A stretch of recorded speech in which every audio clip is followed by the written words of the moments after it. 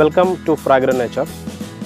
ഞാനിപ്പോൾ ഇവിടെ നിൽക്കുന്നത് കൊല്ലത്തെ fragrant nature hotel and resort private ലിമിറ്റഡിലാണ്. എൻ്റെ പേര് അജീഷ് ശശിധരൻ.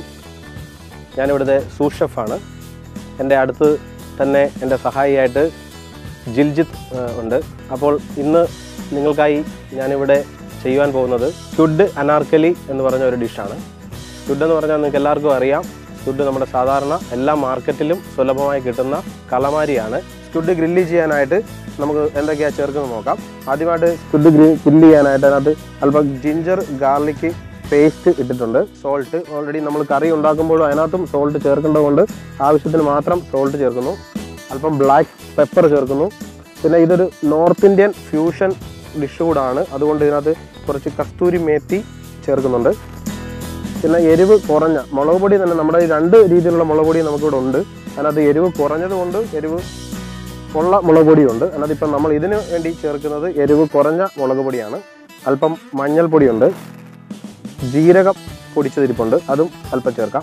ഓക്കെ, അതിനുശേഷം കുറച്ച് ഗാർലിക് ചോപ്പ് ചെയ്തത് ഇതിനകത്തേക്ക് ഇടാം. അതുപോലെ തന്നെ കുറച്ച് ഇഞ്ചി ചെറുതായിട്ട് അരിഞ്ഞു തരുന്നു. അതിനുശേഷം ഇത് നമ്മളെല്ലാം കൂടെ ഇതിനകത്ത് നല്ല രീതിയിൽ പിടിക്കത്തക്ക രീതിയിൽ ഒന്ന് മിക്സ് ചെയ്യാം. അപ്പോൾ ഇത് ഗ്രില്ല് ചെയ്യാനായിട്ട് ആദ്യമായിട്ട് നമ്മൾ റിഫൈൻഡ് ഓയിലാണ്, സൺഫ്ലവർ ഓയിലാണ് ഉപയോഗിക്കുന്നത്.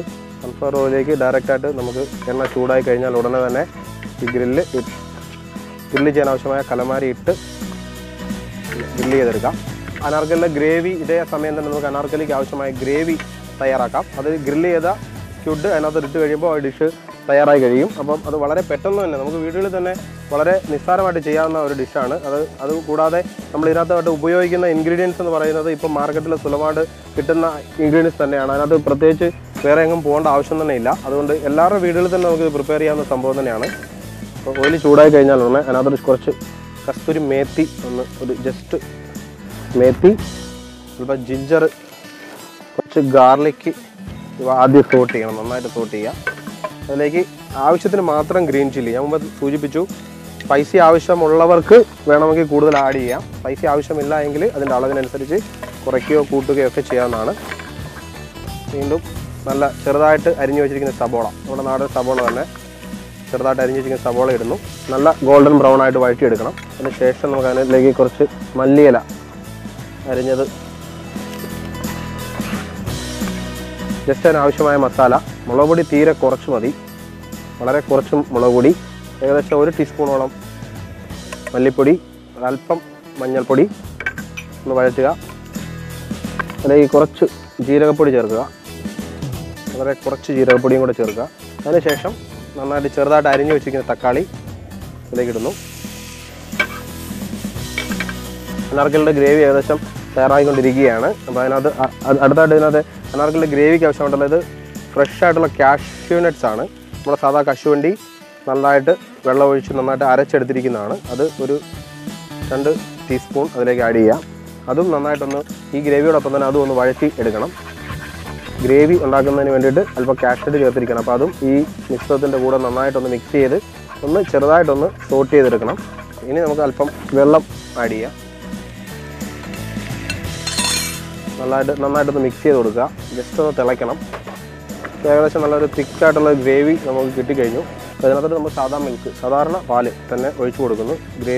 ഗ്രേവിക്ക് വേണ്ടിയിട്ടാണ്. വെള്ളമോ ഉപയോഗിക്കാം, പിന്നെ പാലും ഉപയോഗിക്കാം. പാല് ഉപയോഗിക്കേണ്ട, കഴിക്കാൻ ഇഷ്ടമില്ലാത്തവർക്ക് സാധാ വെള്ളം തന്നെ മതി. പാലൊഴിച്ചു കഴിഞ്ഞാൽ കുറച്ചുകൂടെ രുചി കൂടും എന്നുള്ളത് മാത്രമേ ഉള്ളൂ. ഉപ്പ് ചേർത്ത് കൊടുക്കാം. ഇപ്പം അതിൻ്റെ ഗ്രേവി ഏകദേശം തയ്യാറായി കഴിഞ്ഞു. ഇനി നമുക്ക് ഗ്രില്ല് ചെയ്ത് വെച്ചിരിക്കുന്ന സ്ക്വിഡ് ഇവിടെ റെഡി ആയിട്ടിരിക്കുകയാണ്. അപ്പോൾ അത് നമുക്ക് ഈ ഗ്രേവിയിലേക്ക് ചേർക്കാവുന്നതാണ്. അപ്പോൾ ഇതിൻ്റെ ഫൈനൽ സ്റ്റേജിൽ ഗ്രേവിയുടെ ആവശ്യത്തിന് കുറച്ച് മിച്ചമുള്ള പാലൂടെ ചേർക്കാം. സ്ക്വിഡ് ഒന്ന് നല്ല സോഫ്റ്റ് ആകണം, അതുകൊണ്ടാണ് കുറച്ചുകൂടെ മിൽക്ക് ചേർക്കുന്നത്. ബാക്കി മല്ലിയില കുറച്ചുകൂടെ ചേർത്ത് കൊടുക്കാം. അവസാനം ഫിനിഷ് ചെയ്യാനായിട്ട് നമ്മൾ സാധാരണ മുട്ടയാണ്, ഇത് എഗ്ഗ് നല്ലപോലെ ഒന്ന് ബീറ്റ് ചെയ്തിട്ട് അത് അവസാനം ആ തിളയ്ക്കുന്ന സമയത്തേക്ക് ആ എഗ്ഗ് കൂടെ അല്പം ചേർക്കാം. പതുക്കെ ഇളക്കി കൊടുക്കുക. ഏകദേശം റെഡിയായിരിക്കുകയാണ്. നമുക്കതിനെ ഒരു ബോളിലേക്ക് മാറ്റാവുന്നതാണ്.